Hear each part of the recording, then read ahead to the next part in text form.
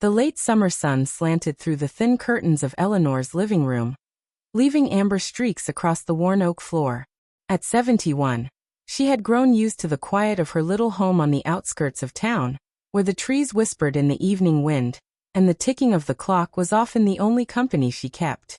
Silence had become both her comfort and her prison. Her husband, Richard, had passed 11 years ago, and though time was supposed to soften the blow, Eleanor still found herself waking some nights reaching for the shape of him beside her. The emptiness that met her hand felt sharper in the dark. She learned to live with it, but never quite overcame it.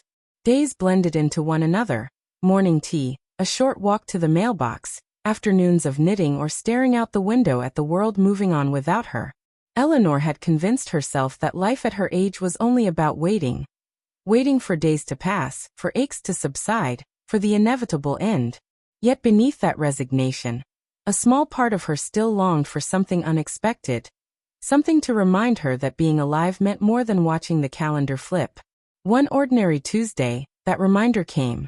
It began with a letter, the kind she hadn't seen in years. The handwriting on the envelope was familiar, shaky but unmistakable. Her breath caught when she realized who it was from. Margaret, her closest friend from decades past, someone she hadn't spoken to in nearly 30 years. They had shared youth, laughter, secrets whispered in the dark, but life had pulled them apart. Eleanor's hands trembled as she tore open the envelope. Inside was a short message, written in uneven script. Margaret explained that she had recently moved back into town after years away, and wondered if Eleanor might like to see her again. She confessed that she often thought of their friendship, and she hoped it wasn't too late to pick up a few threads of what once was. For a long moment, Eleanor just sat there, letter pressed against her chest. Her heart raced, as if the years had fallen away and she were a girl again, waiting for an adventure. But then came the doubt. She was older now, lines etched across her face, body slower, hair thinner. What if Margaret no longer saw the same friend she had loved all those years ago?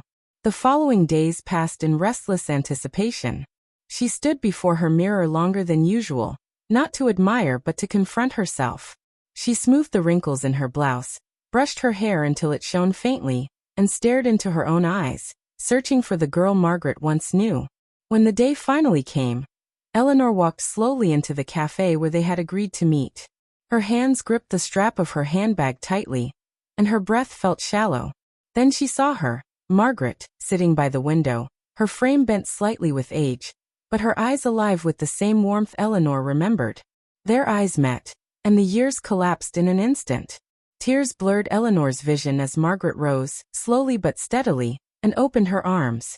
The embrace was fragile yet unshakable, like two survivors clinging to one another after a storm. They spoke for hours, voices weaving together memories and confessions.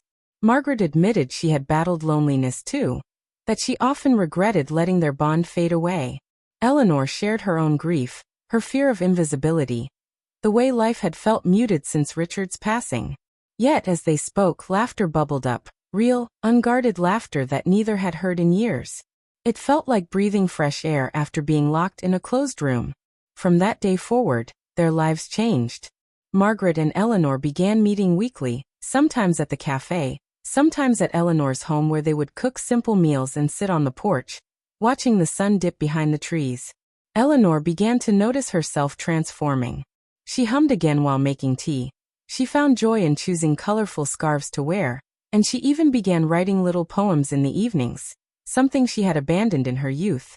Margaret became not just a companion, but a mirror, reminding her of the parts of herself she had forgotten. One evening, as they sat under the fading light of dusk, Eleanor whispered, "I thought I was done with life. But maybe life isn't done with me." Margaret squeezed her hand and replied softly, "It's never too late to begin again." And in that moment, Eleanor understood that her story wasn't over. It was simply unfolding in ways she could never have imagined. What she never expected to happen at her age wasn't a miracle, nor a grand adventure. It was rediscovering the power of connection, the healing touch of friendship, and the simple truth that even in the last chapters, there are still pages left to be written.